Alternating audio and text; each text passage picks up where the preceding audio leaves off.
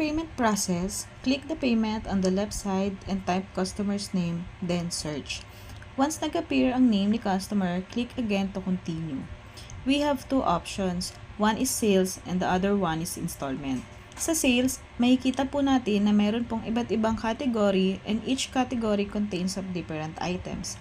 For example, sa cosmetic dentistry. Pag kinlik po natin yan, lalabas po lahat ng items or procedures. Nakalagay na din po dyan ang measures, quantity, and prices. I-click lang po natin ang item at mapupunta po siya sa item/services sa right side. Then pwede po kayong mag-adjust depende sa quantity at kusa na pong magbabago ang total price. Then click payment. For cash payment, click lang ang cash, then cash receive, and save. Makikita po ninyo ang OR number sa screen, then click close.